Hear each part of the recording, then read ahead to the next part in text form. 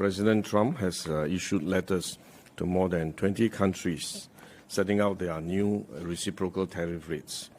I had hoped that after the first, the 90-day pause, the tariffs will settle at somewhat lower level that will facilitate global trade as well as allow economic growth to gain momentum. Among countries in Asia, while those for Cambodia, Laos, Myanmar and Sri Lanka were reduced, the tariffs for Brunei, Japan, Malaysia and the Philippines were raised. This will likely prolong the uncertainty and volatility and challenges for the economies around the world. We hope that negotiations and consultations will continue and that the U.S. will be able to reach deals with these companies to bring about lower tariffs and trade barriers. President Trump has also just announced a 50% tariff on copper, effective from 1st August. He also said that U.S. will impose tariffs on pharmaceuticals very soon, although the pharmaceutical levies may only go into effect a year or more later on. He has also signaled that the U.S. may impose an additional 10% tariffs on imports from the BRICS nations. The signs point to the fact that the tariffs are here to stay.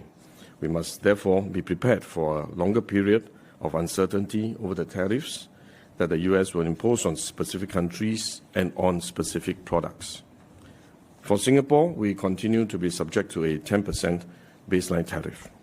I had previously mentioned that the U.S. had offered potential tariff concessions on our pharmaceutical exports to the U.S. We are in discussions with our counterparts from the Department of Commerce to better understand their expectations and to explore practical and implementable approach for our companies. As discussions with the U.S.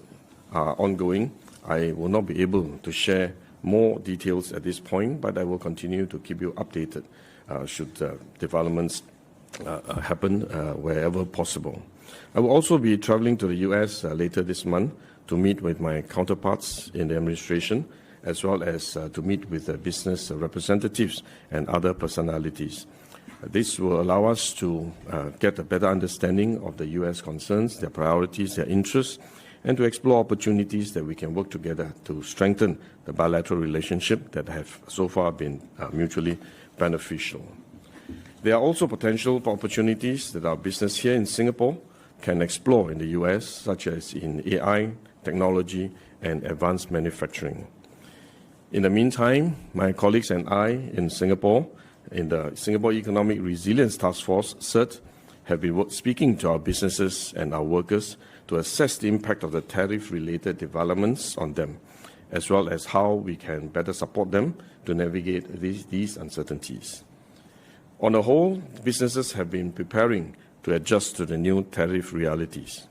Some have taken advantage of the ongoing pause in the reciprocal tariffs to front-load their exports to the U.S., and as a result, our economy is likely to hold up relatively well in the first half of this year. However, given the expectation of higher tariffs going forward, as well as the diminishing front-loading effect, we will likely see slower economic growth over the next 6 to 12 months. We have also observed that some firms are thinking ahead and exploring options to restructure their supply chains, diversify their export markets, and develop new products and services. Josephine and Xiong Seng will share more about the feedback from our businesses and how we are supporting them in their sensemaking. At the same time, we are assessing how we can better support businesses to adapt to the evolving tariff situation. Today, we already see a number of schemes. We already have a number of schemes that companies can tap on to enter into new markets, transform their businesses, and to innovate and get access to funding.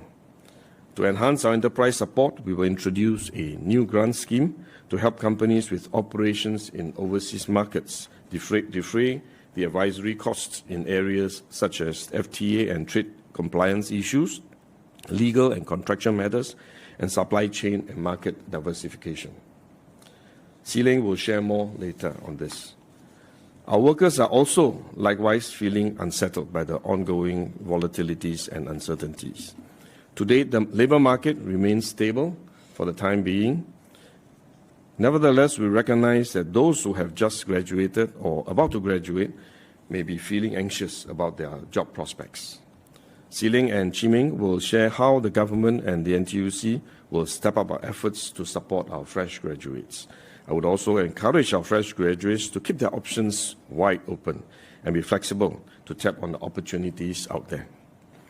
Hitek will also share how SNEF is working with various employers to support our tripartite efforts to help businesses and workers. I will now invite my fellow CERT members to speak. First, maybe Josephine can give an update on the situation. Well, thank you very much, DPM Gan. I'd also like to thank members of the media for joining us for this update. At the last press conference, I had talked about my work stream, which is on sensemaking and communications. Our objective primarily being to ensure that there is trusted and reliable three-way communications between the government, the businesses, as well as workers. And so for today's update, I will cover what has been done and also what we have heard.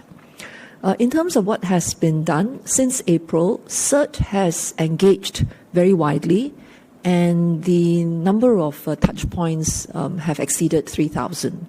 And this would include engagements with business leaders, with union leaders, as well as with members of the workforce, including those in the graduating cohorts. These engagements have been very useful because CERT does not want to rely only on what economic indicators are telling us. We accept that economic indicators are very valuable, but they are almost always a rear view mirror. We want to have timely and reliable feedback, and engagements with the business as well as the worker community is a very useful way for us to get a more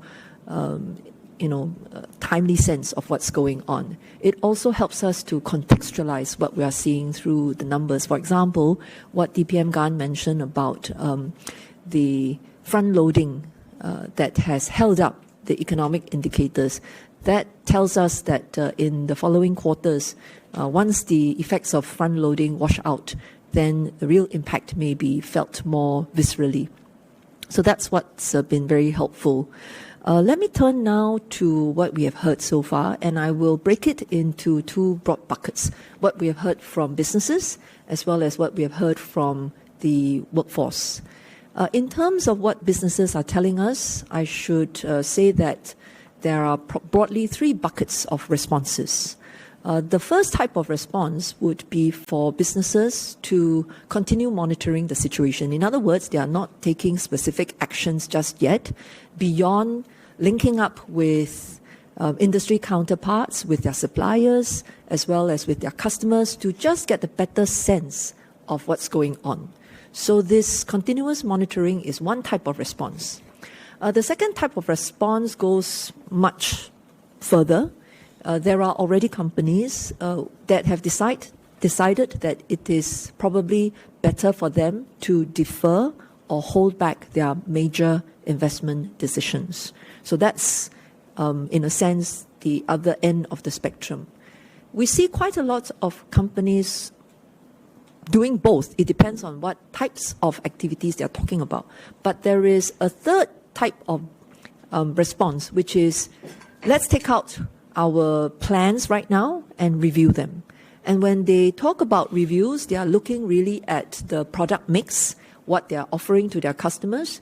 They are looking at where they are producing or making these kinds of products and services available and asking themselves the questions, is this where we ought to continue operating, or should we be thinking about adaptation and going elsewhere?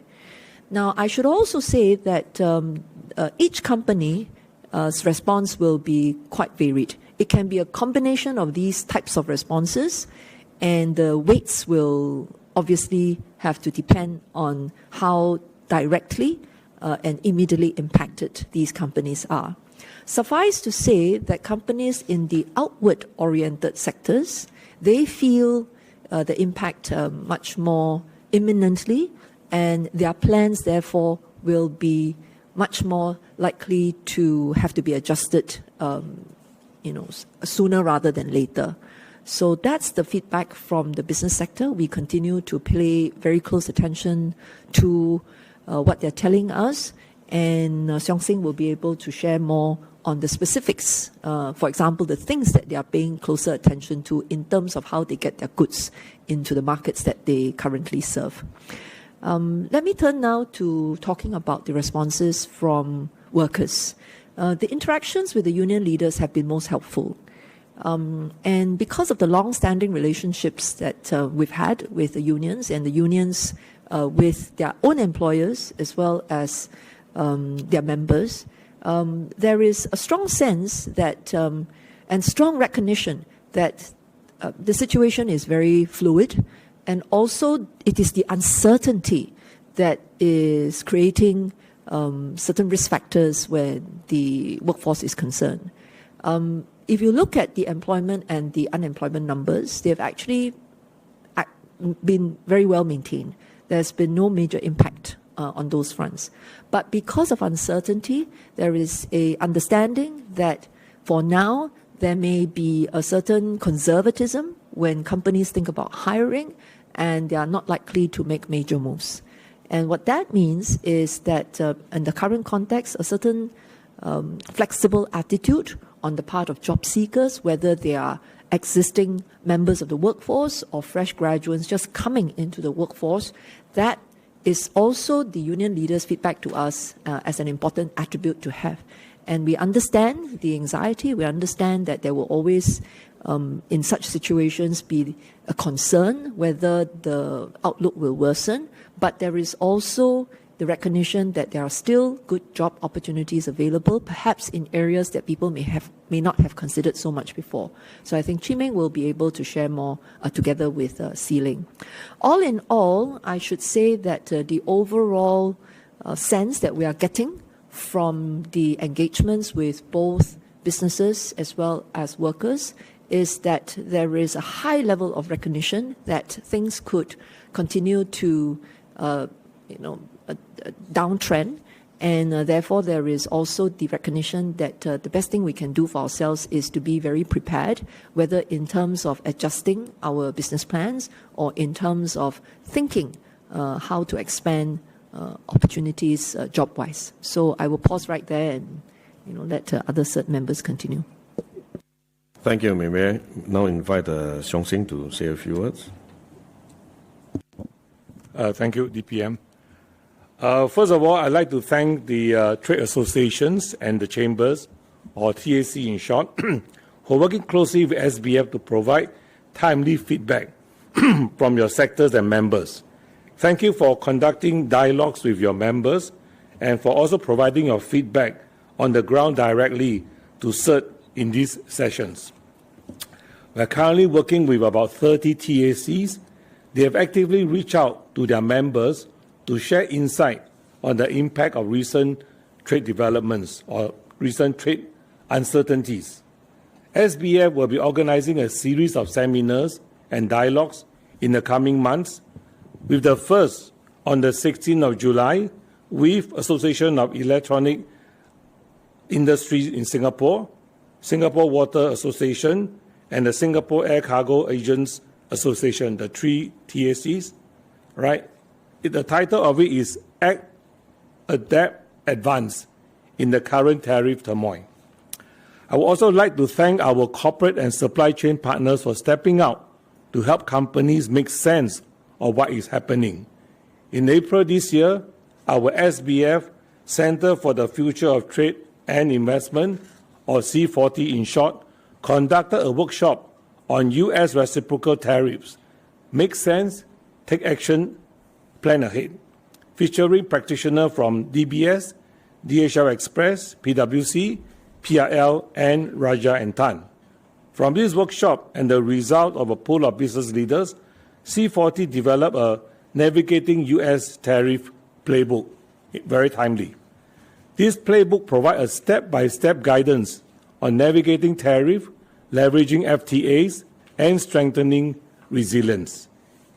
In addition to the playbook, C40 will be conducting workshops for briefings to update businesses on tariff rules interpretation, FTA utilization, and trade compliance. This session will be complemented by support from C40 network of strategic partners, including legal, financial, and logistics specialists, who can assist with the contract reviews, financing arrangement, and supply chain restructuring. C40 trade advisors will also be available for consultation to help business assess their specific exposure, identify viable response options or trade-offs, and connect them with expert partners where needed. This effort will help companies move from awareness to action by applying the playbook recommendations to suit their respective sectors, business models, and market strategy. Next, on the business sentiment and feedback.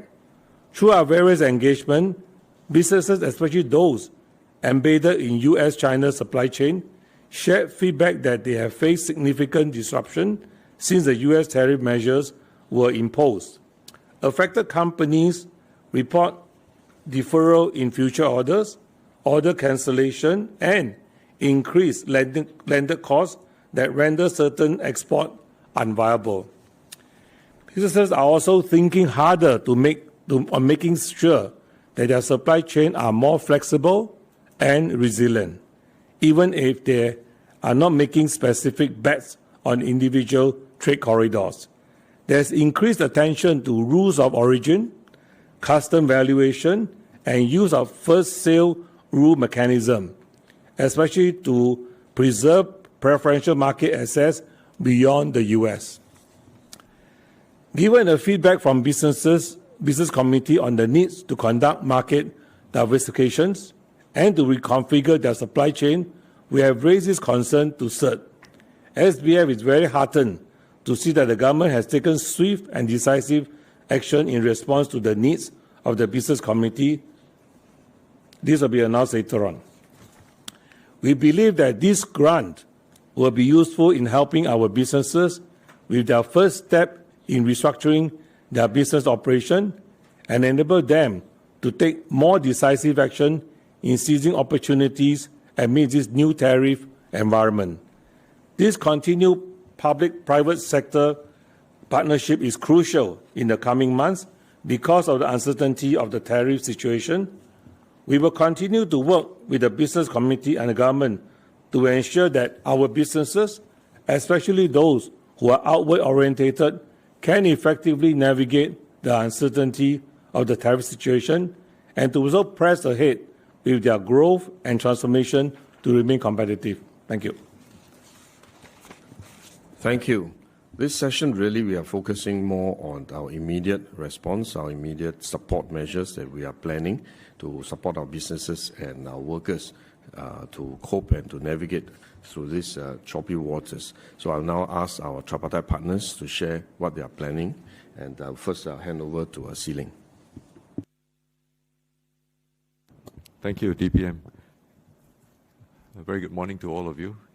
Together with our tripartite partners and SBF, we've been actively listening to workers and employers' concerns to assess what type of support, what level of support we need to put in place. The good thing is that we have started from a relatively decent position.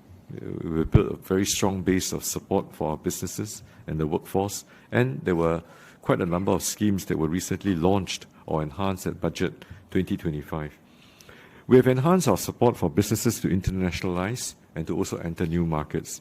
This includes extending the 100,000 Singapore dollar per new market grant cap for the Market Readiness Assistance, or MRA grant, to help companies enter new markets. Permanently doubling the maximum loan quantum for the Enterprise Financing Scheme trade loans, or EFSTL, from 5 million Singapore dollars to 10 million Singapore dollars. Extending the double tax deduction for internationalization, DTDI, so that businesses can continue to benefit from a 200% tax deduction on eligible expenses for overseas market expansion and investment development activities. To support companies in their efforts to grow through M&A, mergers and acquisitions, we have also expanded the scope of the EFS M&A scheme to cover targeted asset acquisitions from 1st April this year to 31st March 2030, in addition to existing support for equity acquisitions. So for workers, we have introduced the Skills Future Level Up program, which supports mid-career Singaporeans aged 40 years and above to pursue a substantive skills reboot and to stay relevant in a changing economy. We, of course, have now the Skills Future Job Seeker Support Scheme to support involuntarily unemployed job seekers while they look for the next job. We just launched this about slightly more than 2 months ago. So from the launch, from April to June 2025, the scheme has already supported about 2,200 job seekers. In recent weeks, we've also seen the number of applications for the scheme stabilize. Now, these enhancements come on top of a suite of existing programs to help job seekers, including WSG, or Workforce Singapore's career matching services, and the career conversion program. I encourage all workers to make good use of these avenues of these existing avenues of support to boost their resilience. This morning, I launched the Career Health SG initiative alongside with SecGen and President of SNEF, also supported by SPF, to support Singaporeans to build more resilient, more fulfilling careers. And I think by serendipity, this could not have come at a better time. So I encourage, and I hope that you amplify for us, to all workers to take concrete actions to build up their career health, to stay nimble, to stay agile amidst the uncertainties. One segment that we have heard concerns about is fresh graduates who may face anxieties starting their careers in these turbulent times. We understand their anxieties, but we want them to be assured that there is support available. Our IHLs have stepped up their career guidance efforts to better support graduates in their job search. WSG has also introduced Polaris by the Volunteer Career Advisors, or VCAs, to connect young workforce entrants with industry experts for insights on career paths, access to industry knowledge and professional networks, so that they can develop a personalized career development plan.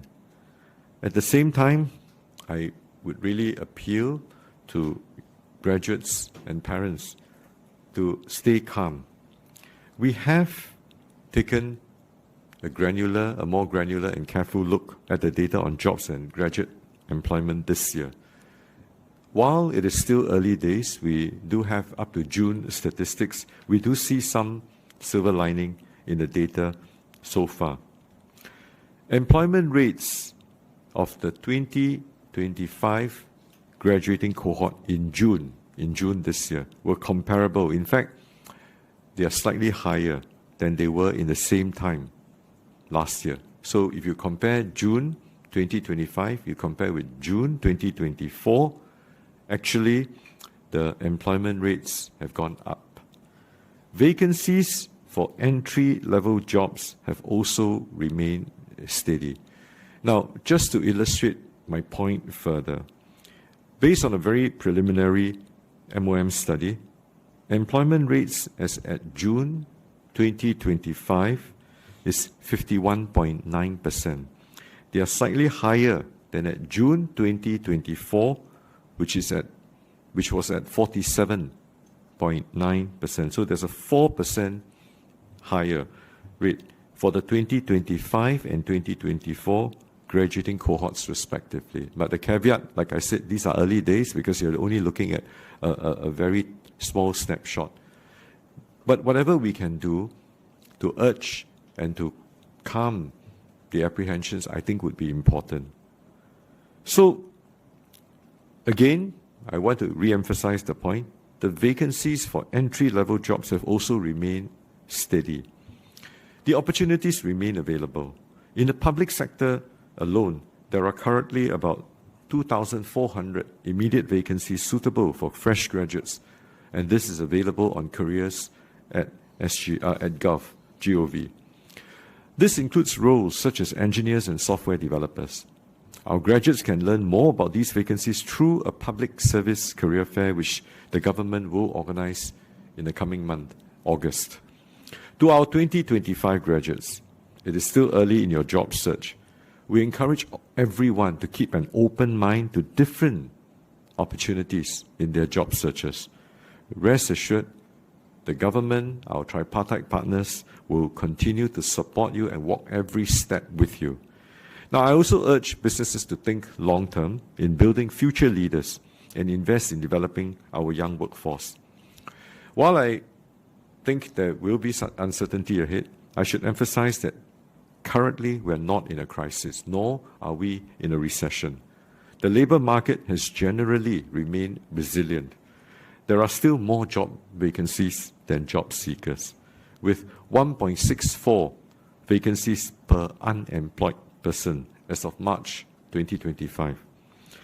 The vacancies that are likely to be filled by residents accounted for about 7 in 10 of these total job vacancies, and they are largely concentrated in expanding or growth sectors. The proportion of firms with an intention to hire or to raise wages in the next 3 months also rose slightly from the pre-tariffs period in May and in April 2025. So hence, our focus now is building up the resilience, building up the adaptability of our businesses and our workforce. In line with this, we have decided after deliberations with our tripartite partners to introduce a set of support measures focused on helping workers adapt and helping workers to stay resilient in face of the uncertainties, in face of the volatilities and the risks ahead. So in line with our efforts to help workers build their career health, the government and NTUC's E2I will expand access to career guidance services to help workers, to help job seekers navigate the current economic uncertainty and prepare their next moves.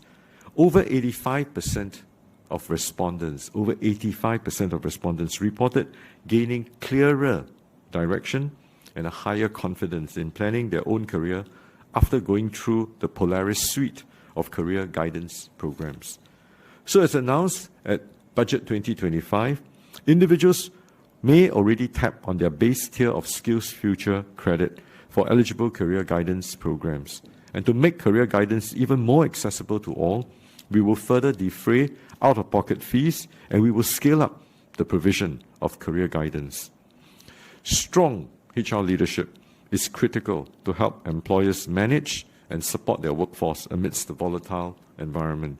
To support this, we will temporarily enhance funding support for basic HR certification for HR professionals, and we will share more details on these programs available in due course. Now, let me talk about what we're doing for businesses. Most are continuing to monitor the situation.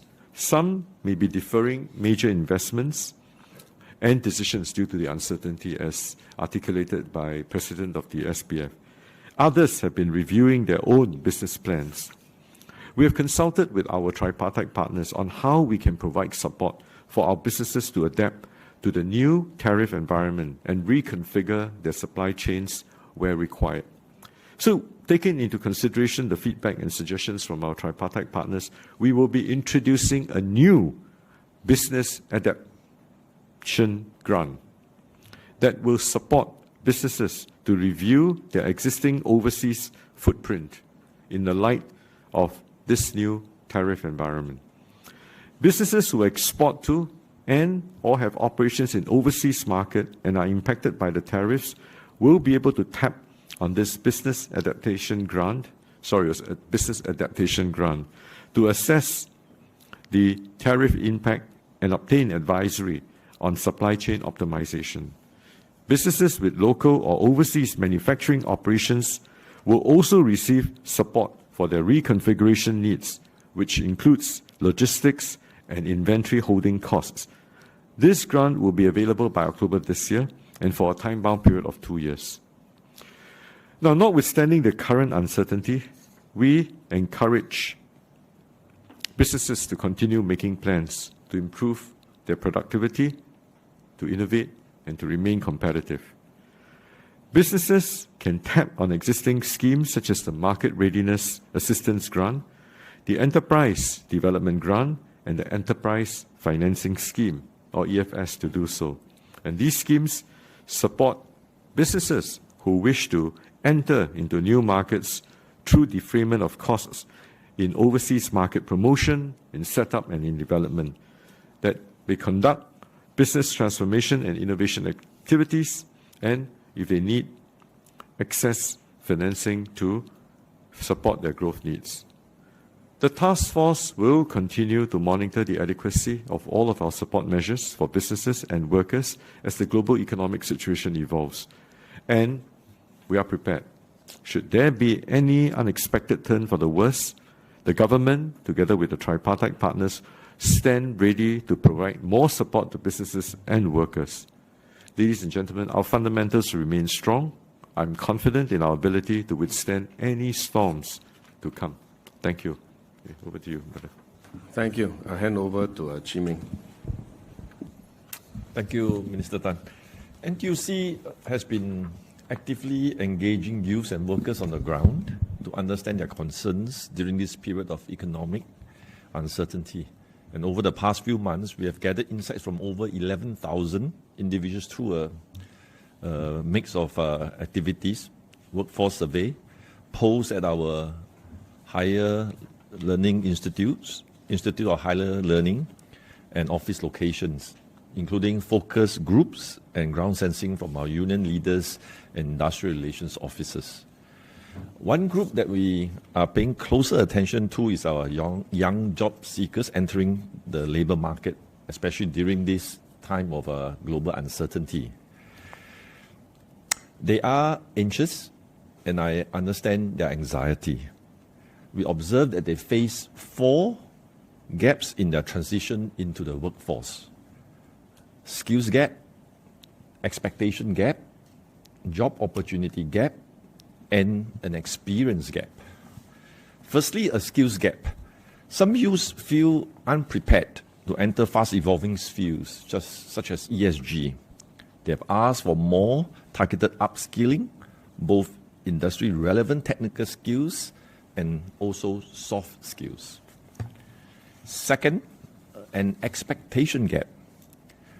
We have also heard that our youths have different expectations in terms of play, work-life balance, or job fit. Third, opportunity gap. Many graduates are concerned about the impact of global instability and the AI impact on job availabilities and job natures.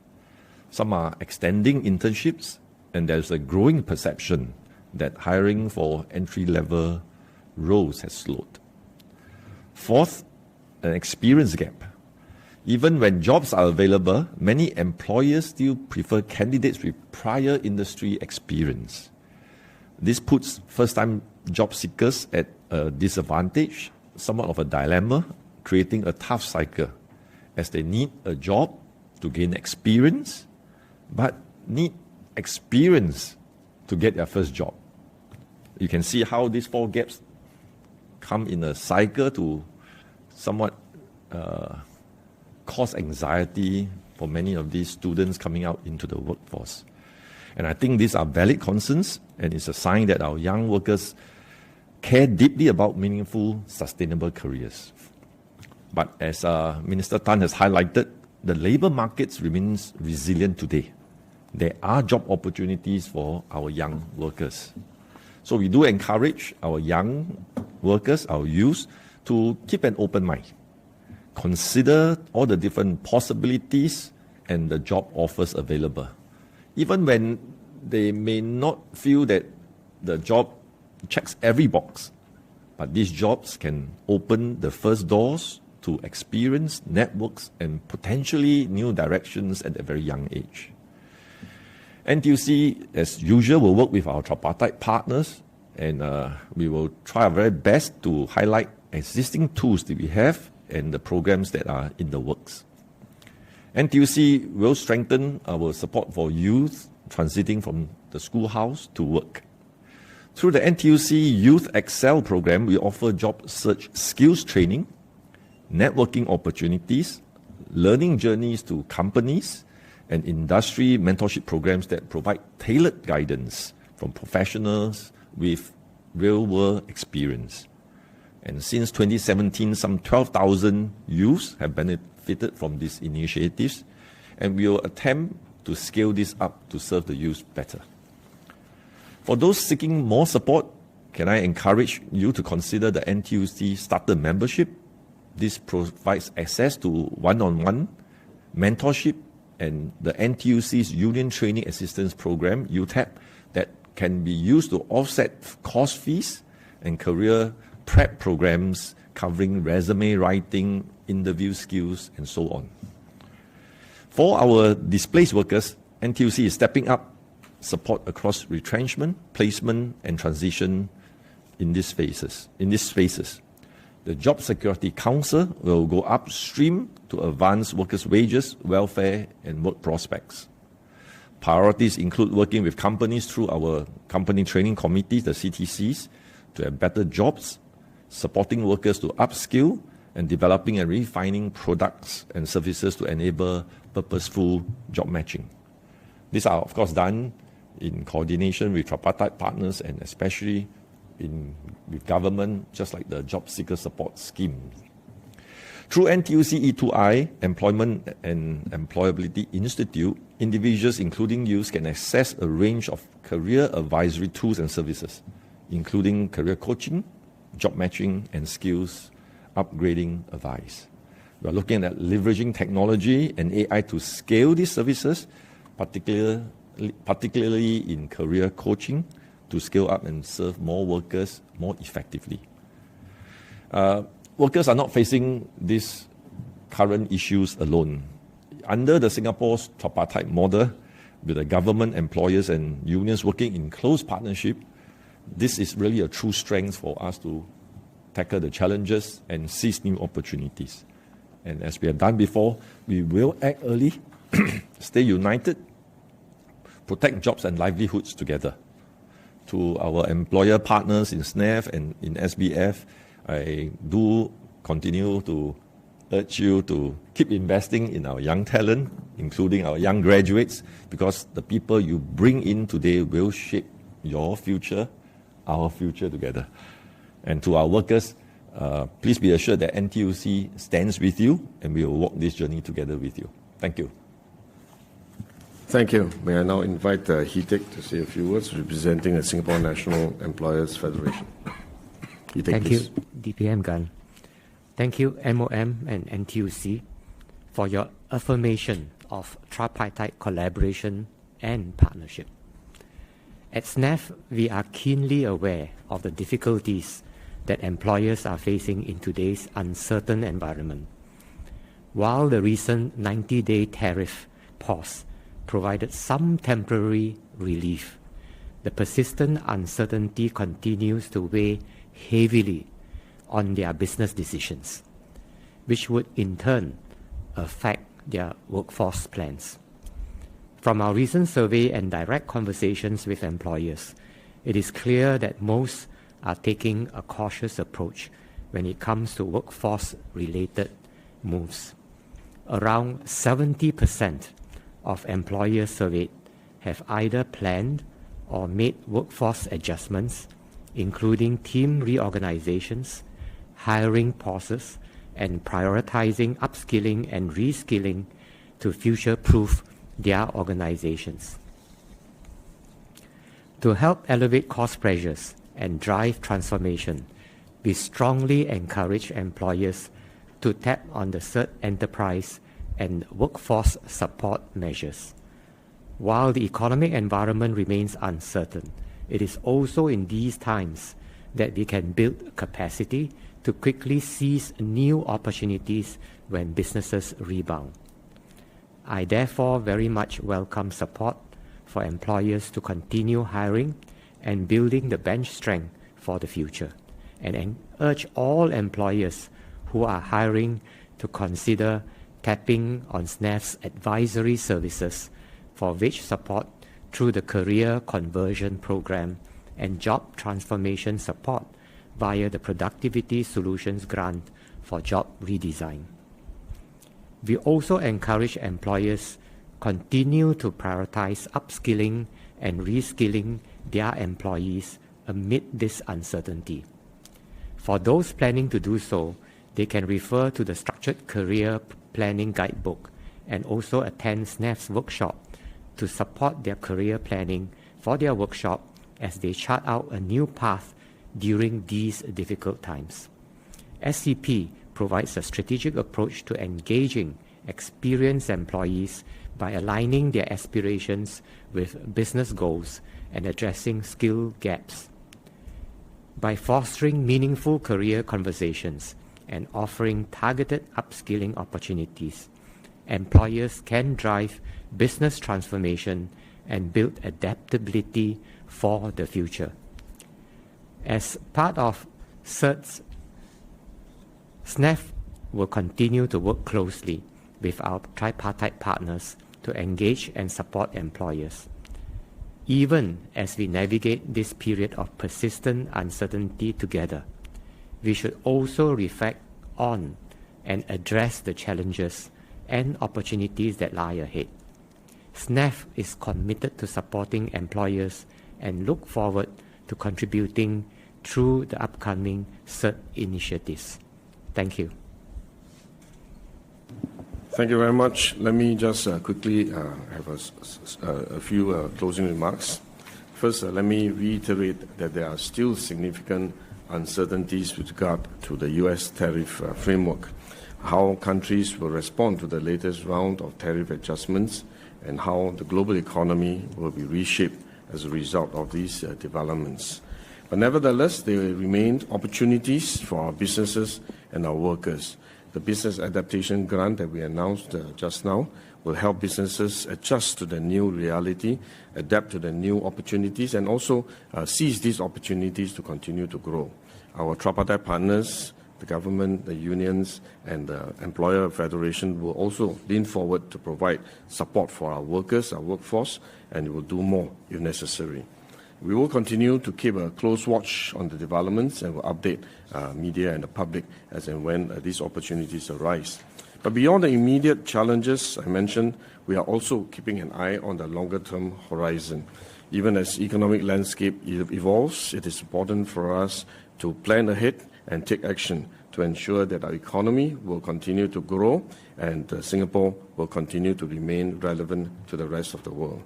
Ultimately, we have to ensure that our businesses and our workers will do well in future. Our focus remains very clear, which is to protect livelihood, to strengthen our resilience, and to keep Singapore moving forward. And we'll share more about our long-term strategy when the plans are ready. I will now open the floor for questions. Thank you. Some housekeeping matters before we start the Q&A. If you'd like to ask a question, please raise your hand and use the microphone to raise your question. Please state your name and your media outlet. And as there are many of us here today, please just keep to one question. Thank you. Zhao Bao first. Hi, Daryl here from Zhao Bao. This question is for Dr. Tan.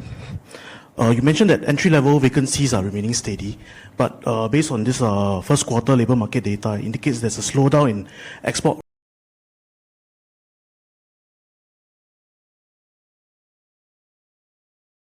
in some of the areas. So could you elaborate or share, which are the sectors that are actually currently offering more opportunities for fresh graduates, and which are the areas that they should not have so much, which they will face headwinds and maybe have less the kind of expectations for the kind of sectors. Thank you. The opportunities are available in some of the growth areas. So I think one, which is a perpetual evergreen industry, is care.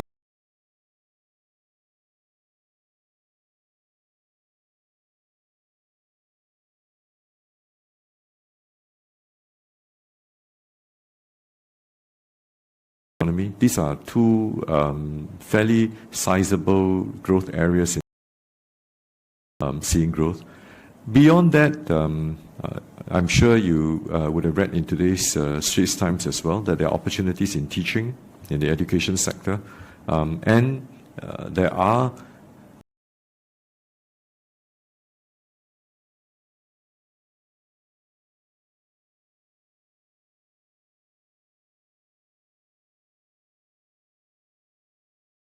she is most familiar with. It is not that the Infocoms, they are not hiring. It's just undergoing a sort of a restructuring of sorts. So there are opportunities available. Actually, what Brother Chi Ming talked about is quite pertinent.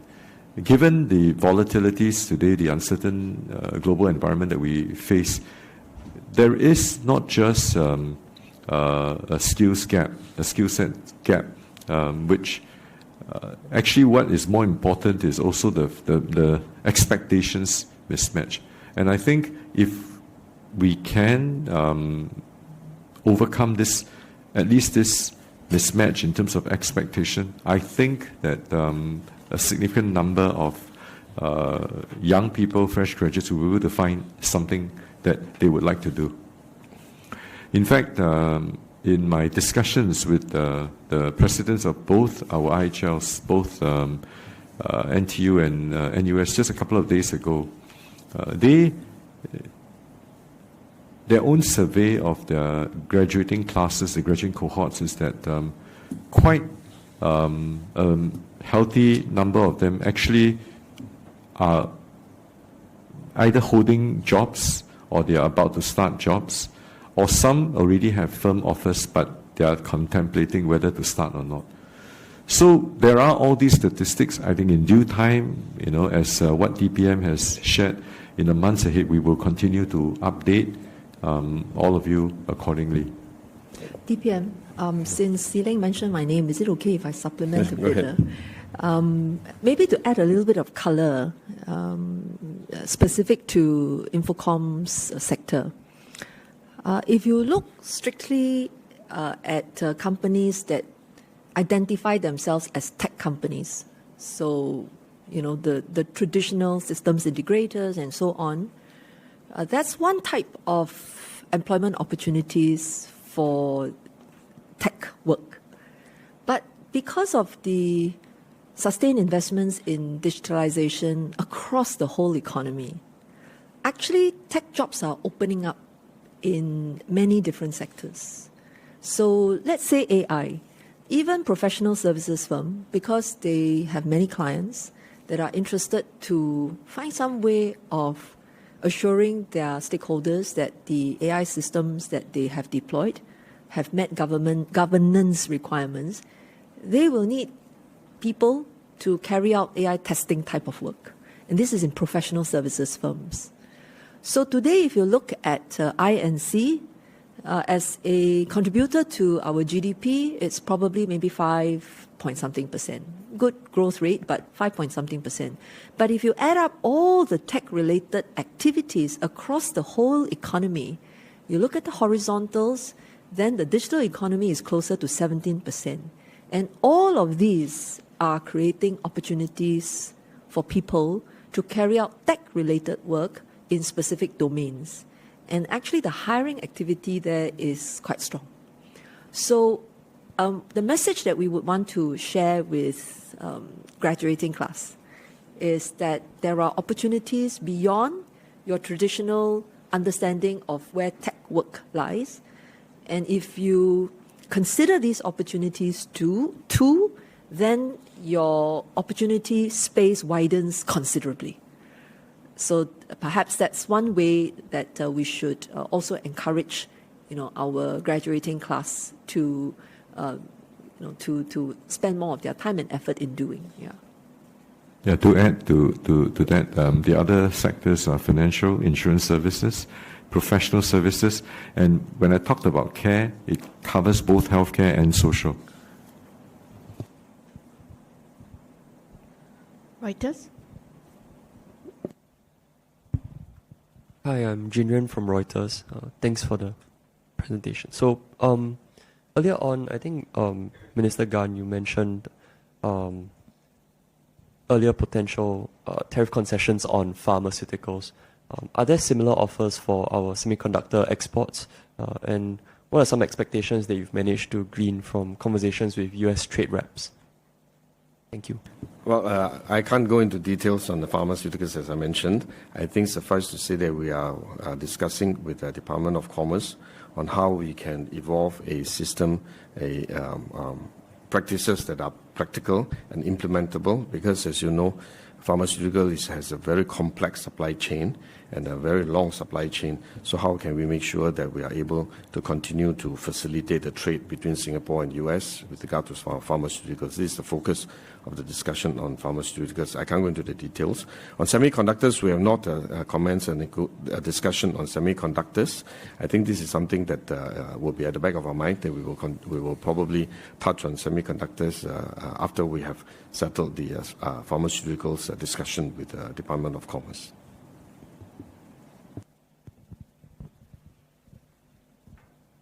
Hi, Abigail from CNA Digital here.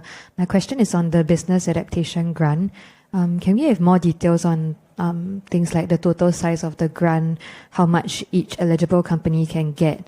And we talk about the time-bound 2-year period. Is it from the launch, or is it for each company 2 years after they have received the grant? Yeah, I'll take that since I've brought it up earlier on. So let me repeat that the grant will be available by October this year. So further details, of course, will be released at that particular point in time. But I think preliminarily, the broad overview that we're thinking of is that the supportable activities under the grant comprise 2 very broad categories. One, for businesses who export to and or have operations in overseas markets. That's the first broad category. So we will provide the grant for both the FTA and trade compliance advisory, meaning that we will offer this support services as a grant to see how they can diversify. And of course, the second part is on legal and their contractual advisory.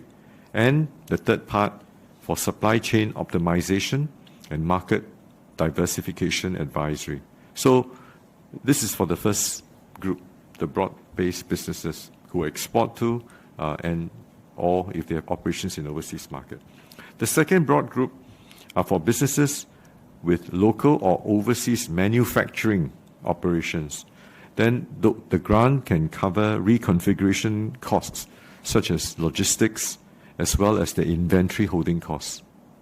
So broadly, with that, actually it covers quite a substantive portion of that volatility and the uncertainty. The exact details when we come up, when the grant is ready in October, you will get the details in due course.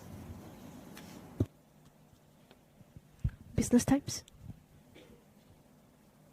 Hi, Sharon from Business Times. Can I ask about the grants? It being 2 years is fairly long term. So is this about looking at firms reconfiguring their supply chains to go through countries where the US has imposed lower tariffs? Or is this about maybe moving away from the US as a final destination market eventually? And also, maybe if you could share a little bit about your trip to the US, what are your goals and what do you hope to achieve? Yeah, thanks. Yeah. May I take the first part? I'm not going to the US, so I think with DPF, so DPF will talk about that part. It is meant to be an adaptation grant. So what we're trying to do is to help businesses to be able to adapt given the uncertainty. You've heard from President SBF, you've heard from President SNEF, that in a lot of the feedback that we've collated, many businesses cannot sort of predict with certainty what would happen next. So this is meant to provide a large part of it advisory services, and subsequently to, if some of the moves are more permanent, to eventually help facilitate that diversification, whether it is in supply chain, whether it's in logistics. Now, 2 years, given that we also expect that, that over the next couple of months with the letters being issued out, there may still be changes across the different market geographies, right? And that grant is actually meant to nuance and to facilitate businesses with whether local or overseas manufacturing operations to be able to pivot in some way. It's not meant to eventually cover everything. I don't think it is realistic, nor is it possible. So that 2-year window provides some form of reassurance for businesses that should there be a protracted period of negotiations, it would cover that length. I think anything beyond that, really, there will be other measures that will kick in. Thank you. My trip to the US is still being planned, and there are broadly 3 key objectives. One is to continue our discussion on the pharmaceuticals, to explore various ways, as I mentioned, how to implement the plans in a practical way to facilitate trade between Singapore and US on pharmaceuticals.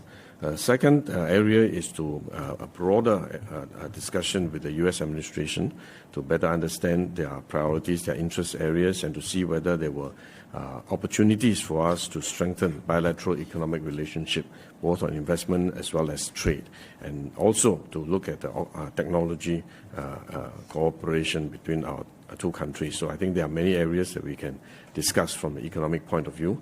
And the third area is to meet up with the private sector representatives, business leaders, as well as academics to have an exchange of views to better understand their thinking, their plans, and whether there were opportunities for our businesses to cooperate with one another. So these are the 3 main areas. One is to continuation of a discussion on pharmaceutical cooperation. The second one is on a broader economic collaboration between our 2 countries to further strengthen this bilateral relationship.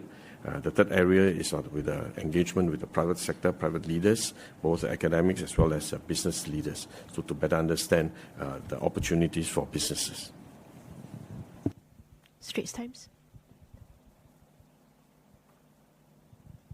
Hello, Wes Vani from the Straits Times.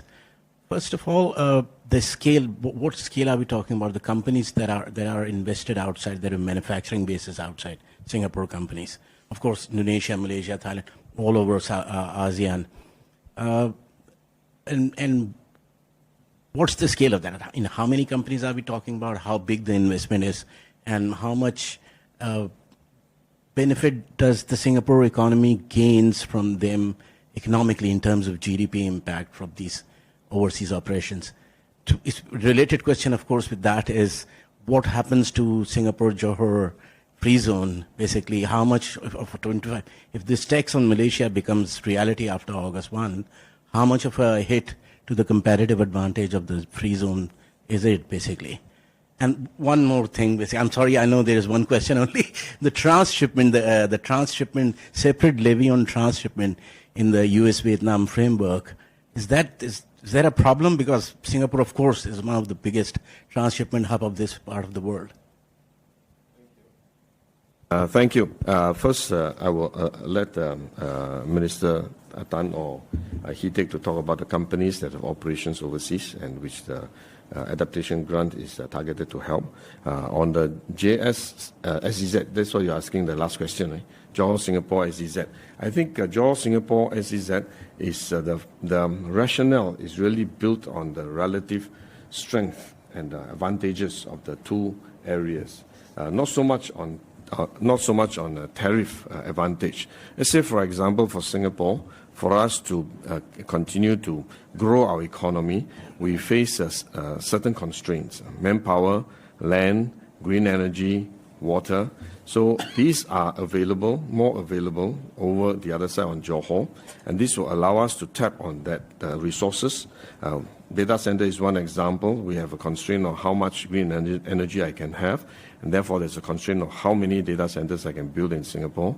But if we are able to site the data centers in Johor, and that will allow our companies to have access to data centers, and data centers need to be in close proximity because of latency issues and so on. So that will allow Singapore companies to become even more competitive. And when Johor and Singapore come together, we can actually make offers to third-party investors to say that when you come to this region, you're not just investing in Johor or not just investing in Singapore, but you have opportunity to invest in both. So this makes us a lot more attractive than to be a single country. So 2 is better than 1. But now we are also thinking maybe 3 is better than 2. So we have been in discussion with Indonesia to see how we can link up Johor, Singapore, Batam, Bintang, Karimun. This is a very old concept. In fact, many years ago we started this idea, but we have developed Johor, Singapore. We have developed Singapore, BBK. In fact, Batam is already working very closely with Singapore. And so how can we bring all 3 together? This, I think, will add even more greater strength to our proposition to businesses, whether it's already in Singapore, to be able to diversify and to spread out to a larger region, or to a third-party investors who are looking at Singapore as a potential attraction. So I think that is something that will be our key selling point. And on the Vietnam transshipment, I think there are not enough details at this moment, so we will need to wait for the details to be fleshed out so that we can understand how it will impact Vietnam, how it will impact the transshipment flow, and whether this transshipment, how much of it comes through Singapore or doesn't come through Singapore, or just transship in Vietnam. So these are details that we will need to examine when the more details on the tariff, how it applies, how they treat the rules of origin when they emerge, then we will then be able to make a proper assessment. So to add on to this gentleman's point, maybe I can give you a bit more granularity as to what that adaptation grant is meant to target in terms of supporting. I was talking about how big the scale. I know. I'm trying to use that to answer your question in a parallel way. It is not possible for us to cover every aspect, nor for us to be able to reach out to every single business with operations both locally and regionally and internationally. The MNCs who have the wherewithal to be able to diversify their supply chains, including even getting fairly critical type of source supplies and so on. And I think they've got big teams, much bigger teams. If, for instance, last week I was at Siemens, they are very, very well diversified. And I think in terms of the way they are thinking about it is that some parts of it, they'll be able to move entire operations out to another country. So I think the scale that you're talking about is a huge, I mean, you can't literally boil the whole ocean. But what we have done is to, in the grant itself, size up between SMEs and non-SMEs.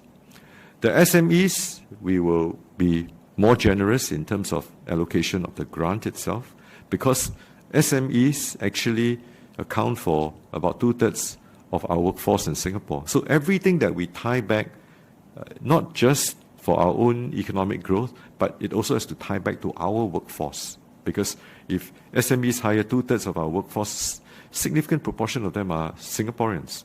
So what we are thinking about is in terms of the scope of services. Hence, it's very heavily weighted on advisory services, right? So earlier on I said whether compliance to FTA and trade, legal, contractual advisory, and provide advisory sort of services in terms of how they can reconfigure their supply chain and also how to diversify their markets. And what are some of the costs that perhaps could be not structural in nature, but that we could help in terms of making them adapt and switch. So the larger non-SMEs, the consideration will be lower compared to the SMEs. So that gives you a bit of a ballpark as to what we're thinking of. Thank you. Maybe I can add on to what Dr. Tan has said. I think to understand the dynamics of our company's investment overseas, you need to look at it from a business point of view. First and foremost, I think Singapore as a whole is among the top investors in many countries in this region. You probably can figure out. For example, we are a major investor in Suzhou Industrial Park, which take advantage of right on the development of China's economy. And of course, China's economy is now facing significant headwinds because of the tariff and so on. So we can foresee that some of the companies in China may have to think about how they can reconfigure their supply chain, whether in a practical way and in a compliant way, to be able to be more competitive for their companies. And these are our companies' investments overseas, and therefore it's important to make sure that they continue to survive and continue to do well. And this will eventually benefit the companies in Singapore, being the headquarter of the company. We own the shares, or the company owns the shares in these investments, so it's important for them to continue to be profitable so that they are able to have the resources. And companies here who will have investments in the region globally will find themselves in a stronger position in terms of their strategic positioning, because they're not just one single operator, but they actually operate around the world, and therefore we become interlinked, connected to the rest of the world. And this will enhance the strategic value of the businesses in Singapore. And in turn, it will create more jobs for us in terms of managing the finances of the whole group, the legal services for the whole group, or even doing R&D and manufacturing in Singapore so as to serve the rest of the group. And some of the investments overseas may be producing components that Singapore will need. So that's why it is important for us to have this global, regional and global perspective, not just a Singapore company doing business in Singapore. So I hope that answers the explanation why our companies' investment overseas are important for us. But this scheme is not meant to help companies from who is based in country A investing in country B. That's got nothing to do with us. So this is basically for companies who are based in Singapore, which have overseas operations that are facing this challenge of tariffs and so on. How can we help them adapt and change so that they are continue to be resilient, but even more importantly, whether they can seize new opportunities to continue to grow the pie for everyone. We'll take the question from The Edge and Bloomberg. Hi, I'm Joey from The Edge Singapore. Thanks for the presentation. I had questions earlier about the scheme, but I think just moving on now, I think today's schemes have been focused on job seekers. So just looking at a different segment now about retrenched workers. With the current tariff environment, does the government foresee greater demand for, I think, the new Skills Future Job Seeker Support Scheme? Are there plans to expand this in the coming years? Thanks. I think the Job Seeker Support Scheme has stabilized. As I've shared earlier on, from the implementation from April to June, we have about 2,000 plus, I think 2,200 approved applications, and that the numbers that have applied have actually stabilized. In my most recent labor market release report, I think, I also shared that the retrenchments didn't show an uptick. But I mean, I think you know that, again, this is really looking at data backwards. But we are prepared. We are preparing for the upcoming quarter, given the volatilities, that if there is an upsurge, we have this scheme available to help them. At the same time, we are also working very closely with our tripartite partners to nudge more workers to take ownership of their own career trajectory, their own career health, to be interested in upskilling, in training, because I think that's the way to go.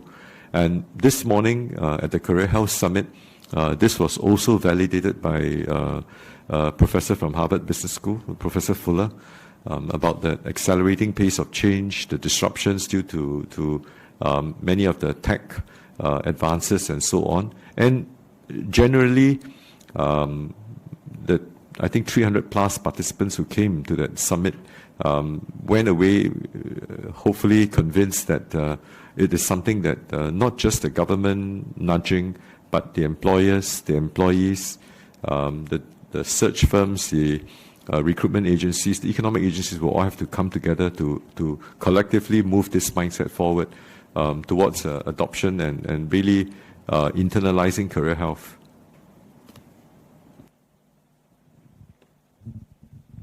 Channel 8.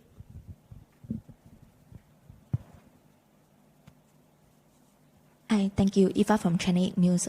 Could we get Mr. Gan to give a key message in Chinese about the impact of the US tariffs, and also how the government is going to continue engaging with the US government on this? Let me try.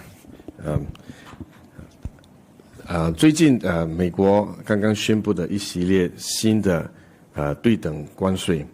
这个对等关税是在他们挪后实施90天之后再一次的宣布新的关税。许多的国家一路来都期望在这90天的谈判之后呢，这个关税可以有相当程度的降低。但是事实并非如此，因为有一些关税是降低了，但是有一些关税反而是提高了。那么大多数的关税和90天之前的关税保持不变。这样一来的话呢，对整个世界的经济带来更大的不知数，更大的变数，使到我们的整个国际的经济前景更加不明朗。所以在这样的情况之下呢，我们要做好更大的准备，来帮助我们的企业，帮助我们的国人。那么目前我们的企业各企业已经开始做他们应该做的准备，再往前看要怎么样重新调整他们的供应链、他们的生产基地和他们的货物的来源等等，希望能够应付这个关税的不定数。另一方面，我们也在进一步的协助我们的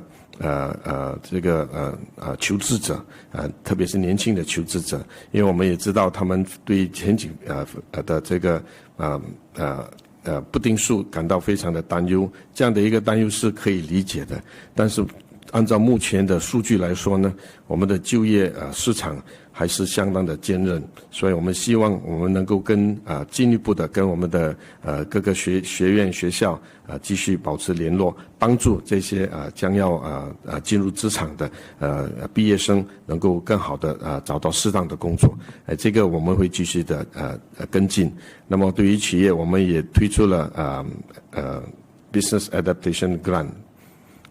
所以希望通过这个企业调整资金，帮助这些受到影响的企业能够做出调整，让他们不单只是能够应对关税的冲击也可能能够通过这个资金能够帮助他们寻找新的商机，能够继续不断的发展，为我们的经济继续保持强劲，继续保持增长的这个潜能。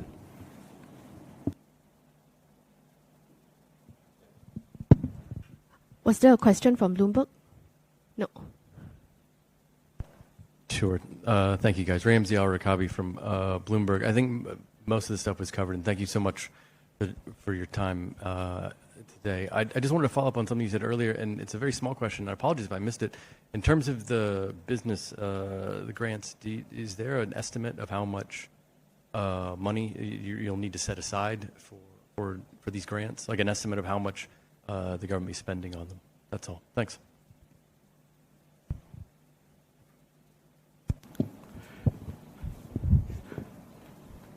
What we intend to do is we intend to cap the business adaptation grant to up to 100,000 Singapore dollars. At this particular point in time, of course, as I've shared with the earlier journalists from ST, that we intend to peg it higher. That means, the percentage will be higher for as a co-fund. It's meant to be a co-funding sort of initiative, capped up to 100,000. So we will allocate a higher proportion of co-funding to SMEs.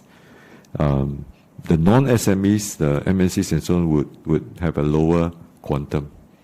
At this point in time, in terms of how much it would go up to, we will, in due time, we may or may not release that depending on how the situation turns, because this grant will be available around about September, October onwards.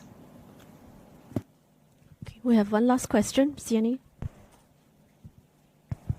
Hi, Nadira from CNA. So my question is on the overall Singapore economy.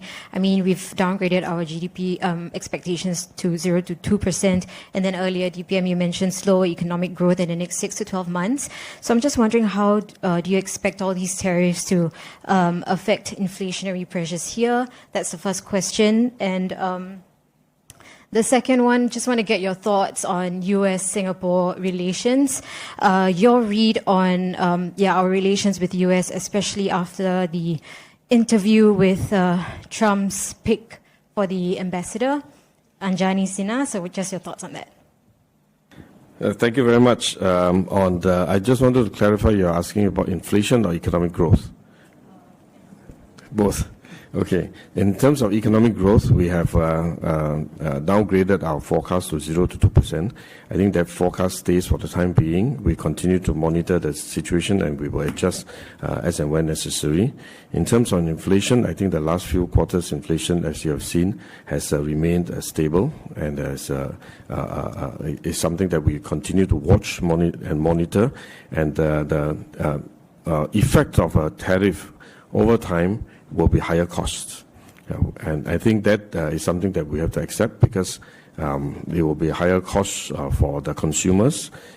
It may then translate into higher costs for businesses because the businesses have to pay a tariff. So I think over time, the tariffs will translate into higher business costs, and how that business costs translate into inflation is something that we will have to watch and monitor as it continues. So I think the projection for the rest of the year remains the same. We have already made the necessary adjustment, and we will do the adjustment when it's appropriate. You asked about the American ambassador. We certainly look forward to the appointment of the American ambassador here in Singapore so that we can work with him to see how we can continue to further strengthen the mutually beneficial bilateral relationship between Singapore and US. And it's not just on economics. Our collaboration, our relationship is very broad-based. That includes defense, that includes culture, that includes people-to-people exchanges. So there are many aspects of collaboration between Singapore and the US that we look forward to working with the new ambassador here in Singapore.